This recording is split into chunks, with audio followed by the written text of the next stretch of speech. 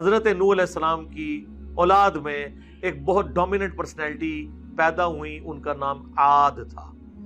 انہی کے نام کے اوپر یہ قوم عاد، جس میں شرک کیا عقائد آگے، تو اللہ تعالیٰ نے ان کی طرف ہود علیہ السلام کو پیغمبر بنا کے بھیجا۔ وَإِلَىٰ عَادٍ أَخَاهُمْ هُودًا، اور ہم نے قوم عاد کی طرف ان کے بھائیوں میں سے ہود کو بھیجا۔ بھائیوں سے مراد انہی کی اسی قبیلے میں سے، اسی اسپیشی میں سے، تاکہ وہ کوئی ان کو اس طرح ایکسیپٹ نہ کریں کہ یہ کوئی باہر کا آدمی ہے، ورنہ تو ایکسیپٹیبلٹی نہیں ہوگی۔ قال یا قوم اعبدوا اللہ، انہوں نے بھی وہی بات کی نوح علیہ السلام والی، اے میری قوم عبادت کرو اللہ کی، ما لکم من الہ غیرہ، تمہارا کوئی معبود نہیں ہے سوائے اس اکیلے اللہ کے، افلا تتقون، کیا تم ڈرتے نہیں ہو؟ قال الملأ الذین کفروا، پھر آگے جی سردار کھڑے ہو گئے اس قوم کے کفر کرتے ہوئے، من قوم ہی، ان کی قوم میں سے، انا لنراک فی سفاہۃ وانا لنظنک من الکاذبین، وہ کہنے لگے کہ اے ہود، ہمیں تو لگتا ہے تم بہت نادان ہو، بے وقوف ہو، اور ہمیں تو یہ گمان ہے کہ تم جھوٹے ہو، یا تو تمہیں سمجھ نہیں کسی بات کی، یا تم یہ نعوذ باللہ مکاری کر رہے ہو، تم جھوٹے ہو۔ قال یا قومی لیس بی سفاہۃ، وہ کہنے لگے اے میری قوم، میں کوئی بے وقوف نہیں ہوں۔ اچھا دیکھیں پیغمبر جواب کیا دے رہے ہیں، فتویٰ لگانے کی بجائے کلیریفائی کر رہے ہیں۔ آج آپ کسی عالم سے سیدھا بھی سوال کریں نا، 14 ٹیکے لگوانے پڑ جاتے ہیں۔ کتنے الٹے طریقے سے سوال کر رہے ہیں پیغمبروں سے، اور وہ آگے کلیریفائی کر رہے ہیں کہ بھئی آپ نے ہمیں بیوقوف کہا، ہم بیوقوف نہیں ہیں بھئی۔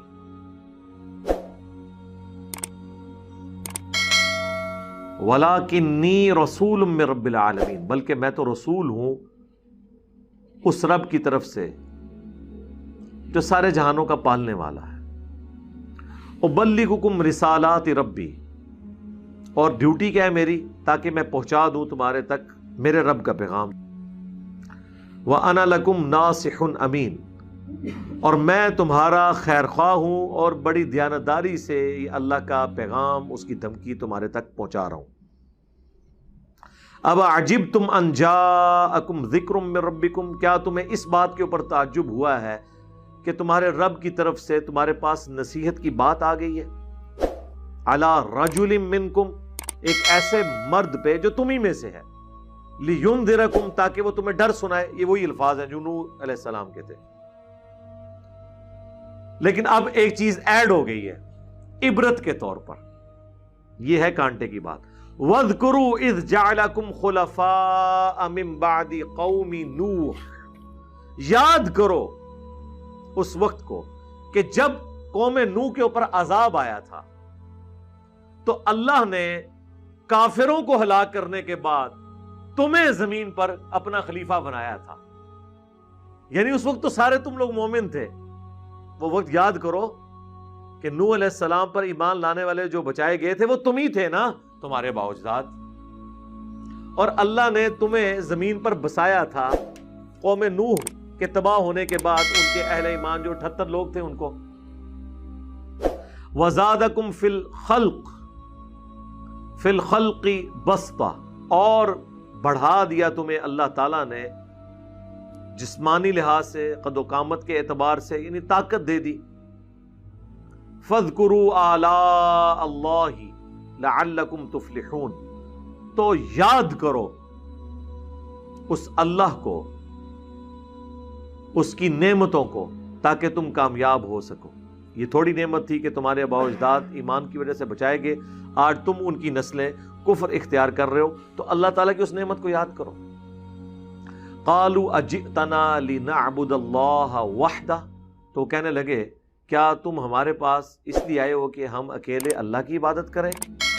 وَنَذَرَ مَا كَانَ يَعْبُدُ آبَاؤُنَا، اور ہم چھوڑ دیں ان ہستیوں کو جن کی عبادت پہ ہم نے اپنے آباء و اجداد کو پایا ہے، یعنی ہم اپنے بزرگ بابوں کو چھوڑ دیں، یعنی ہم یہ کہنا شروع کر دیں کہ باب شاہی کوئی نہیں.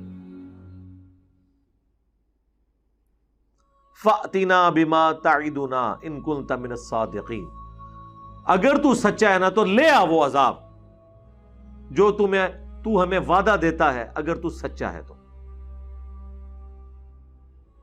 اب ظاہر ہے کہ عذاب لانا تو پیغمبر کے اختیار میں نہیں ہوتا، پیغمبر تو صرف دعوت دیتا ہے، اللہ ڈیسائیڈ کرتا ہے کہ اس قوم کا ٹائم کب پورا ہوگا، وہ پیغمبر کو بھی نہیں بتایا جاتا. ورنہ تو ظاہر ہے پیغمبر کے لیے وقت گزارنا مشکل ہو جائے. مجھے بتائیں نوح علیہ السلام کو اگر اللہ تعالیٰ بتاتا کہ 950 سال کے بعد یہ سب کچھ ہونا ہے، وہ 950 سال تو ان کے لیے 9,500 سال بن جانے تھے، کیونکہ انتظار کا تو ایک ایک لمحہ کتنا مشکل ہوتا ہے. ہمیں کوئی بتاتا کہ جی آپ کی یہ دعوت کو جو عروج ہے 2021-22 میں جا کے ہوگا، 2008 میں جب کام شروع کیا تھا تو یہ 14 سال جو ہے یہ 1400 سال کے برابر ہوتے ہیں ہمارے لیے. انسان فوراً رزلٹ اورینٹڈ ہوتا ہے نا. ابھی تو انشاءاللہ بہت منازل باقی ہیں انشاءاللہ تعالی. تو اس لیے اللہ تعالیٰ اس کا فیصلہ جو کرتا ہے وہ پیغمبروں کو یا دین کا کام کرنے والوں کو نہیں بتاتا. صحابہ کو نہیں پتا تھا کہ یہ دین کا غلبہ حضور کی زندگی میں ہونا ہے یا بعد میں ہونا ہے. اسی لیے تو حضرت عمر نے تلوار اٹھا لی تھی حضور کی وفات کے اوپر، کیونکہ وہ سمجھتے تھے کہ ابھی رومن اور پرشین امپائر گری نہیں ہے اور اللہ کے نبی کا وعدہ ہے. قرآن میں اللہ نے وعدہ کیا ہے هو الذی ارسل رسولہ بالہدی ودین الحق لیظہرہ علی الدین کلہ. تو انہوں نے یہی اجتہاد کیا، جس طرح موسیٰ علیہ السلام 40 دن کے لیے کوہ طور پہ گئے تھے پھر واپس آ گئے تھے، تو نبی علیہ السلام بھی واپس آ جائیں گے. اور یہ تو ان کو بالکل نہیں پتا تھا کہ میں بھی خلیفہ بنایا جاؤں گا اور میرے دور خلافت کے اندر یہ سب کچھ ہوگا، جب تک ہو نہیں گیا. بہرحال اللہ کی حکمت ہے اس کے اندر، ورنہ انسان کے لیے زندگی گزارنی مشکل ہو جائے. اب حضرت ہود علیہ السلام نے میٹھی میٹھی دعوت کے بعد بڑے سخت لفظ استعمال کیے. قال، فرمایا اللہ کہ اس پیغمبر نے، قد وقع علیکم من ربکم رجس وغضب، بے شک تمہارے اوپر تمہارے رب کی طرف سے گندگی اور غضب ہو چکا ہے. یعنی یہ تمہارے دماغ کی گندگی ہے اور تم پر اللہ کا غضب ہے کہ تم وقت کے پیغمبر کی دعوت کو قبول نہیں کر رہے، جبکہ ایک پریسیڈنٹ سیٹ ہے. تمہیں پتہ ہے کہ پہلے عذاب ہوا تھا کافروں کو. اتجادلوننی فی اسماء سمیتموہا، کیا تم ان ناموں کی بنیاد پہ جھگڑ رہے ہو جو رکھ لیے ہیں تم نے وآباؤکم، اور تمہارے آباء و اجداد نے. ان ناموں کے اوپر لڑ رہے ہو. جس طرح آج ہم لوگوں کے قرآن میں یہ لکھا ہے، حدیث میں لکھا ہے، وہ سیدھا کہتے ہیں جی آپ داتا صاحب کو نہیں مانتے، ہاں آپ غریب نواز کے منکر ہیں، آپ غوث پاک کو نہیں مانتے. تو ان کے آگے بھی یہی آیت پڑھا کریں آپ، جسے فٹ اسے گفٹ. کیا تم ان ناموں کے ساتھ ہمارے ساتھ جھگڑا کر رہے ہو جو تم نے اور تمہارے آباء و اجداد نے رکھ لی ہیں؟ ما نزل اللہ بہا من سلطان، اللہ نے ان کی کوئی سند نازل نہیں کی. اچھا ان بزرگوں کی بھی کوئی اللہ نے سند نازل کی ہے؟ پڑھتے ہیں قرآن سے، الا ان اولیاء اللہ لا خوف علیہم ولا هم یحزنون، نام ان کے لینے شروع کر دیتے ہیں. اور یہ تو قرآن کے بعد آئے ہیں. قرآن کے زمانے کے اولیاء تو صحابہ اور اہل بیت ہیں. نہیں جی وہ سلسلہ قیامت تک جاری ہے. قیامت تک جاری ہے تو پھر آپ کا فرقہ کون سا ہے؟ جی میں بریلوی ہوں. تو پھر یہ اشرف تھانوی صاحب بھی وہ ولی اللہ ہی ہے نا؟ اور نہیں جی نہیں مریض الامت ہے. نہیں وہ تو دیوبندی تو اسے حکیم الامت کہتے ہیں. اور جی وہ کہتے ہیں نا، تو کون ہے؟ کہتے ہیں جی احمد بریلوی صاحب. نہیں وہ دیوبندی تو انہیں کہتے ہیں مجدد دین بدعت. اور جی وہ کہتے رہے نا جی ہم تو مانتے ہیں نا جی. یعنی بزرگ اپنے اپنے. یہ اولیاء اللہ نہیں ہے، یہ فرقوں کے اولیاء ہیں. یہ صرف اولیاء ہے، یعنی کہ من دون ہی اولیاء، اللہ کے مقابلے پہ جو سورۃ الاعراف کے سٹارٹ میں آیا تھا، من دون ہی اولیاء. اولیاء کا خوب یہاں پہ ذکر ہوگا سورۃ الاعراف میں. اللہ نے کوئی ان کی سند نازل نہیں کی. فانتظروا، پس انتظار کرو تم. انی معکم من المنتظرین، میں بھی خود انتظار کرنے والا ہوں. میں کون سا عبد القادر جیلانی ہوں کہ نگاہ ماروں اور تمہیں بھسم کر دوں؟ میں تو رسول ہوں. یعنی یہ بھی رزلٹ اس میں نکل رہا ہے نا. کہیں گے کتنے لکھے ہے؟ وچ لکھے ہے نا. جس صفحے پہ یہ لکھا ہے کہ عبد القادر جیلانی قبر میں آ جائیں گے فرشتوں سے جھگڑا کرنے، اسی صدر میں یہ بھی لکھا ہوا ہوگا نا. جب آپ اس طرح کی ڈاکٹرن کھڑی کریں گے تو ہم پھر اس کے جواب میں یہی بات کریں گے. تو میں بھی انتظار کروں گا کہ اللہ فیصلہ کرے. اس آیت کا نمبر کیا ہے سورۃ الاعراف میں؟ 71.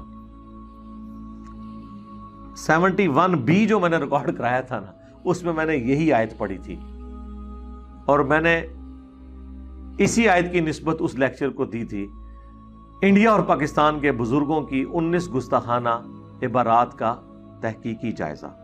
وہ خیر by chance he 71 number lecture تھا، تو میں نے پھر قرآن میں نا اس کی کوئی نسبت تلاش کرنی تھی، تو یہ مجھے پھر نسبت ملی. تو میں نے اس کے سٹارٹ میں بھی یہ آیت پڑھی تھی 71A اور 71B کے، کہ اتجادلوننی فی اسماء سمیتموها انتم وآباؤکم، ان ناموں کے ساتھ تو نہ جھگڑو. تو خیر اس کے بعد پھر میں نے آپریشن کیا ان ناموں کا، اور رزلٹ آپ کے سامنے ہے. اللہ کے فضل سے وہ کینسر ختم ہو گیا، اللہ کا شکر ہے. فَأَنْجَيْنَاهُ وَالَّذِينَ مَعَهُ، تو نجات دی ہم نے حضرت ہود کو اور ان کے ساتھیوں کو، برحمت منا، اس رحمت سے جو ہماری طرف سے خاص تھی. وقطعنا دابر الذین کذبوا بآیاتنا، اور کاٹ کے رکھ دی ہم نے جڑ ان لوگوں کی جو ہماری آیات کو جھٹلایا کرتے تھے. وما کانوا مؤمنین، اور جو ایمان لانے والے، بات ماننے والے نہیں تھے.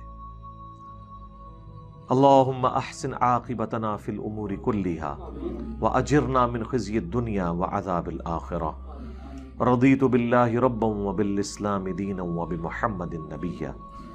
اللہم من احییتہ منا فاحیہ علی الاسلام ومن توفیتہ منا فتوفہ علی الایمان. آمین. پھر جی حضرت ہود علیہ السلام کے ساتھ اہل ایمان بچ گئے. قوم ہود کے اوپر عذاب آیا، بڑا سخت عذاب آیا. 7 راتیں اور 8 دن تک مسلسل ان پہ آندھی چلتی رہی. کٹے ہوئے کھجور کے تنوں کی طرح وہ گرے پڑے تھے، کیسے وہ لاشیں بکھری پڑی ہوئی تھی ان کی. اہل ایمان بچ گئے. اب دنیا میں صرف اہل ایمان ہی ہونے چاہیے تھے، لیکن وہی پھر سائیکل ریپیٹ ہوا. تاریخ اپنے آپ کو دہراتی ہے. حق اور باطل کی جنگ کشمکش جاری رہتی ہے.